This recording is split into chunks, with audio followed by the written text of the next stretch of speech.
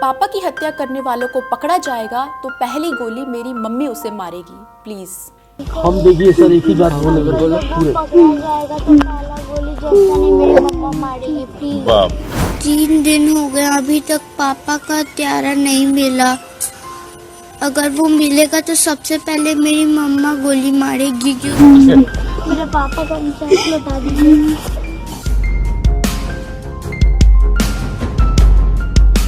ये एक बेटी का दर्द है, उसका गुस्सा है और न्याय के लिए मांग है, जिसका पिता अब इस दुनिया में नहीं रहा। एक एक शब्द प्रशासन के कानों में चुभने वाले हैं और एक एक सवाल बनकर उनके सामने हमेशा आते रहेंगे। जी हाँ, ये शब्द उस बेटी के हैं जिसके सर से पिता का साया छिन चुका है और अब वो बेटी गुहार लगा रही है सरकार से, प्रशासन से और तमाम उन लोगों से जो इसे इंसाफ दिला सकते हैं।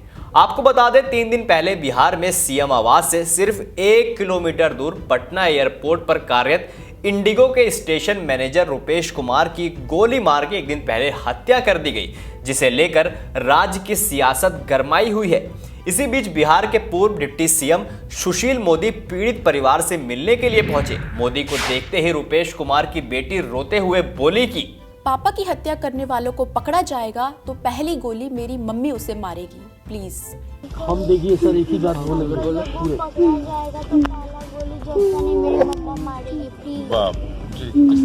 मेरे पापा का इंसाफ बता दीजिए।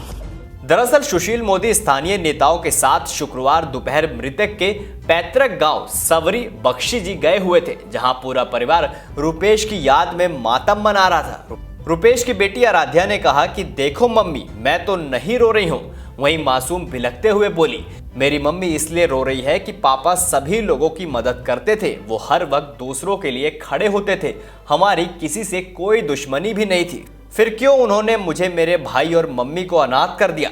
बेटी की ये बात सुनते ही सुशील मोदी भी भावुक हो गए। वहां जो भी लोग मौजूद थे उनकी आंखों में बच्ची की बातें सुनकर आंसू आ गए। वहीं मोदी ने कहा कि जल्द ही हत्यारे गिरफ्तार किए जाएंगे, उनको कड़ी से कड़ी सजा मिलेगी। इस मामले में कार्रवाई तेजी से हो रही है, आप चिंता ना करें, मैं आपको यकीन दिलाता हूं कि पूरे परिवार को इंसाफ मिलेगा। जैसे ही सुशील मोदी रुपेश की पत्नी नीतू के पास ढांढस बांधने के लिए पहुंचे तो वो बिलख बिलख कर रोने लगी। बिहारी भाषा में बोली, ऐसा चेहरा लेके कैसे जियब हम।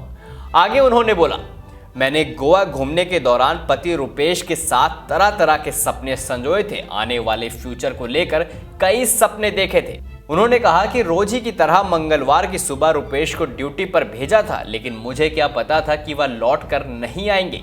12 जनवरी को खून से लथपथ पति को देखकर मेरा कलेजा फट गया था। हत्यारों ने मेरा सब कुछ उधार दिया, अब किसके सहारे जीऊंगी। बता दें, 12 जनवरी को नवारदर शास्त्री नगर थाना अंतर्गत पुनाई चाक इलाके में कुछ लोगों ने रुपेश कुमार की गोली मार के हत्या कर दी थी। वह इस दौरान ड्यूटी से वापस घर लौट रहे थे। आनन फानन में पुलिस मौके पर पहुंची और जांच में जुट गई। घायल अवस्था में रुपेश कुमार को नजदीकी निजी अस्पताल में भर्ती कराया गया, जहां उनकी मौत हो गई थी। इंडिगो के स्टेशन मैनेजर रुपेश कुमार हत्या के बाद से एनडीए सरकार को विपक्षी दलों ने घेरना शुरू कर दिया है। रिपोर्ट्स के मुताबिक पुलिस के हाथ कुछ अहम सुराग लगे हैं, लेकिन इस बारे में अभी कुछ भी बोलने को तैयार नहीं है। अब तक इस मामले में 200 लोगों से ज्यादा पूछताछ की गई है। फिलहाल कोई कारण सामने नहीं आया है।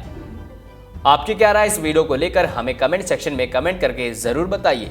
ऐसी ही तमाम बड़ी खबरों को देखने के लिए देखते रहें वीके न्यूज़।